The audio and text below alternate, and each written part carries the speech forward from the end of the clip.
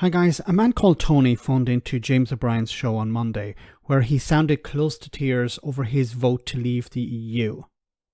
Now Tony doesn't sound like somebody who voted to keep foreigners out, but it seems he was convinced by the liars and charlatans that things would actually get better. He had probably seen his area go down the toilet, NHS waiting list rise, the problems of finding a job for his kids or grandchildren, and he bought Nigel Farage's snake oil. Now, he was honest enough to call in and admit his mistake, but does it make any difference?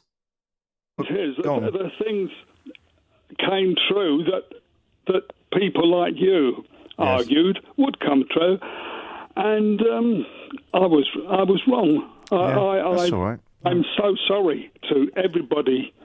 I really am. I bitterly regret it. I listen to people. What's his name? Hannan. Yes. I've seen him on TV. He was everywhere. You don't seem to see him anymore now. No, funny that. But at the time, coming up to the vote, yes, he was on TV weekly or even more. Yes. What it was going to be like, how great we were going to be once we were out and could decide things for ourselves.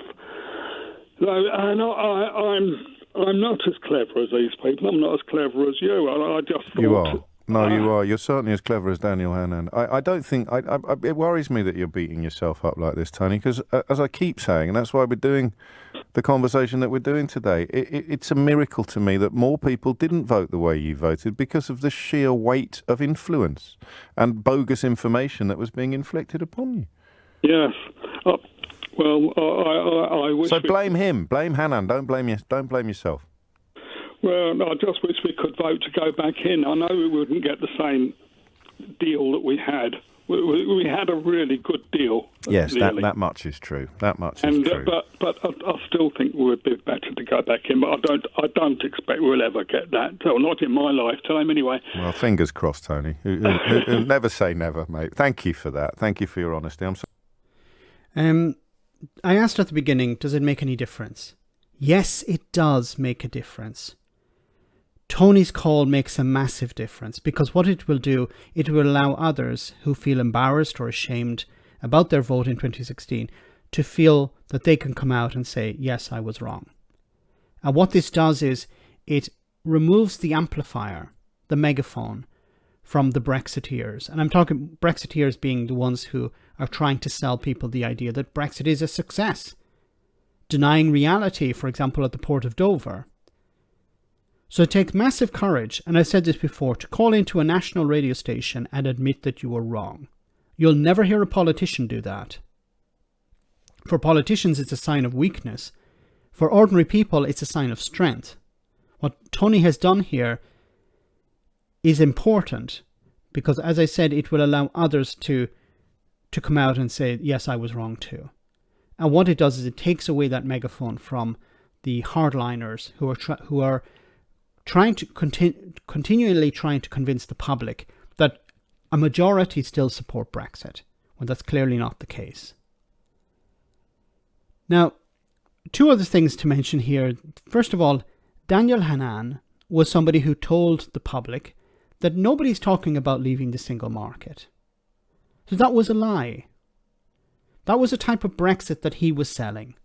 Nigel Farage, on the other hand, was selling all types of other types of Brexit, like we'll have a Swiss-style deal or we'll have a Norway-style deal. And then he criticised both of those. So when people went to vote, some of them in their mind probably thought, well, we're not going to leave the single market. You know, we've been told that we won't have to do that. We've been told that the European Union wouldn't want us out of the single market. We mean so much for them. So people probably believed it was removing the political aspect, but the trade and infrastructure and all of that would remain in place. They didn't fully understand the EU. The other problem here is that the media amplified people like Nigel Farage.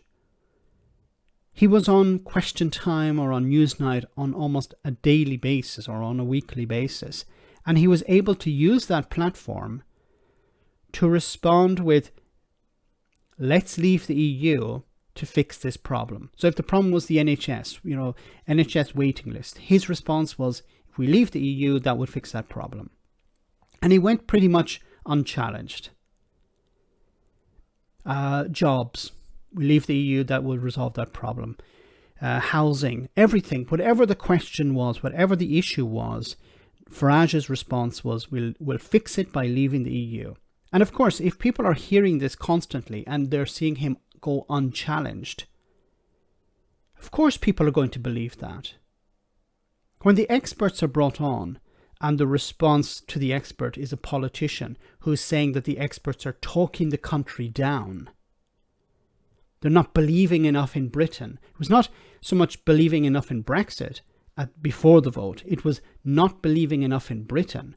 The experts, the people from the CBI or the Bank of England or the IMF or whoever, these people are talking the country down. They're not patriotic enough. They need to believe more. If they believe in the country, then things will improve. And unfortunately for many people, they bought into this narrative. They bought into the narrative that the German car industry would stop any type of damaging Brexit because they would put pressure on Angela Merkel, who was the Chancellor at the time, and she would put pressure on the European Union to do a good deal with Britain because it sounded good to people. It sounded logical. But it was a profound lack of understanding of the European Union. The same with the Italian wine industry or the French cheese industry. These industries would put pressure on their representatives in Parliament, and those parliaments would in turn put pressure on the European Union to do a good deal with Britain. So Britain would be able to be out of the EU, but have all the benefits of being a member.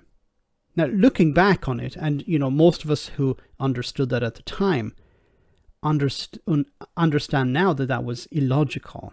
Is there any club, any organization that you can have the same benefits of membership but not actually have to pay for membership or not have to sign up?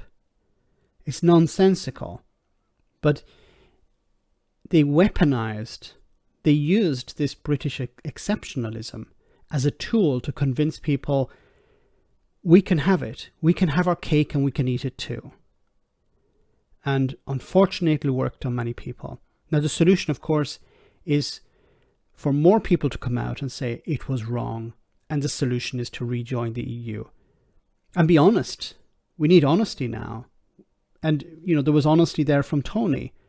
It will not be easy. We will not have the same as we had before. That's what people have to be honest about. Like, the lies should stay in 2016. Moving forward, it should be honest and truthful. Be honest with people. Say, this is what can be achieved. This is what can't be achieved. And explain the benefits. I think this is what's important. But it is important that there is a first step. And the first step, of course, is admitting that you were wrong if you voted for Brexit in 2016. But it's important that those on the other side do not ridicule those who did vote for Brexit. You can ridicule people who continue to lie about it and say that it's been a success and you just have to wait 50 years for the benefits. Ridicule those people because they're lying and they're trying to mislead the public, of course. But don't ridicule those who are coming to the reality that they have been shafted, they have been lied to by the likes of Nigel Farage, Boris Johnson and Jacob Rees-Mogg. I think this was a very important call.